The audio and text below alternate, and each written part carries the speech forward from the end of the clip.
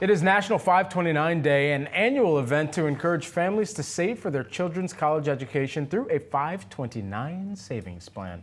We've been covering this savings vehicle all week, but as a reminder, 529s are typically state-sponsored investment accounts designed for you to save for higher education.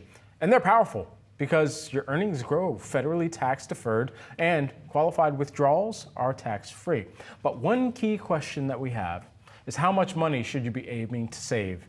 My next guest has an answer, and joining me now on set, we've got Tricia Scarlata, who is the head of education savings at JPMorgan Asset Management, a good friend of the show. We've had you here time and time again. Good to see you back here in studio. You say the right amount is relative, which we do know. Everybody's situation is different.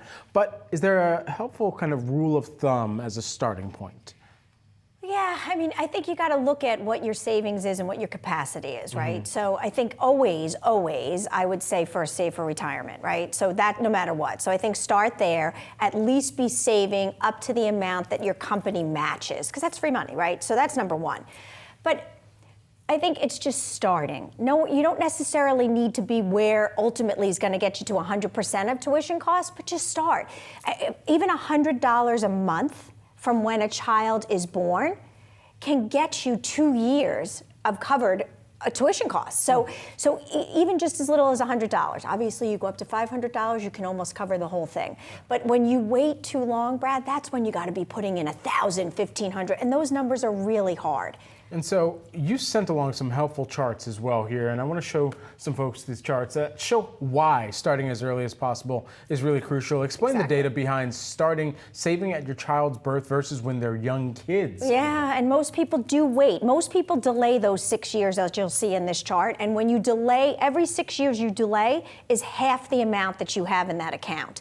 So what you want to do is use time as your friend, because that, just as you mentioned in the beginning, it's that tax-free deferred compounding growth over time that's going to help get you there, of course, in addition to your investment returns. So use time. Give yourself the time to be able to save. So those small monthly contributions that you were talking about, they add up over time. But absolutely. Even according to your own data, not every family is taking advantage of 529 savings plans. So where are we seeing people take advantage of this? How many do, and how much money are folks losing out on by using other savings accounts? Sure. I mean, I think right now the stat is, that 63% are not using 529 plans. Yeah. And about half of that 63% is just sitting in cash.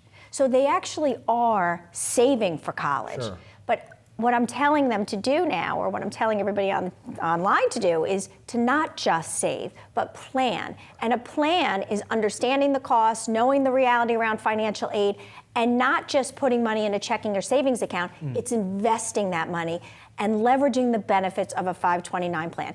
There's $1.5 trillion earmarked for college, not in a 529 account. Wow. So, and then you got about another 50% that are just looking to leverage their retirement money, and we don't want people to do that. If you plan early enough and give yourself the time, as we talked to earlier, you won't be in that situation where you feel desperate where you're borrowing against your retirement. And every $10,000 you take from your retirement account is $30,000 plus less at retirement. Wow. And we find a lot of families are doing that. So let's compare the return on investment for a tax-free account versus a taxable account. You sent a great chart as well that we want to show. My favorite page. This one actually looks at a $10,000 initial investment with monthly contributions here. Break this one down for us. So all things being equal, you have a $10,000 initial contribution into an account, and then $500 subsequently on a monthly basis. Starting at zero, you give yourself 18 years. Simply based on taxes, assuming the same 6% return, you have almost $42,000 more in a tax-free account, such as a 529 account. This is my favorite page in our College Planning Essentials Guide, because everyone that says, I'm just going to pay out of pocket, I'm going to pay as it comes, this is the page. Why would you give up that money? That's almost 2 years of in-state public tuition. It's a lot of money to leave. Yeah.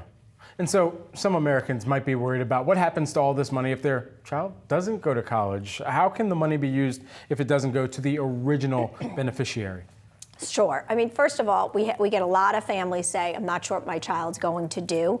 And the statistic from last year is just about 70% of graduates, high school graduates last year, went to a 2 or 4 year institution. So don't let that be your excuse, number one. But if you've done the right thing and for whatever reason your child isn't going the traditional route, so it's 2 and 4 year institutions, it's obviously books, expenses, room and board, off-campus housing, but you can also use it for K through 12 tuition.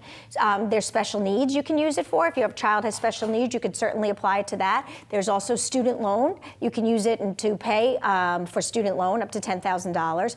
And also, you can now roll over to a Roth IRA, which is tremendous. So now you have the ability to fund a college education. And then if you are someone that's planned really well and there's excess, you can roll over up to $35,000 into a Roth IRA and potentially set your child up with a retirement account for the future. Really interesting. Yeah. Great advice as always. Tricia, thanks so much for taking the time. Pleasure. Good to see you.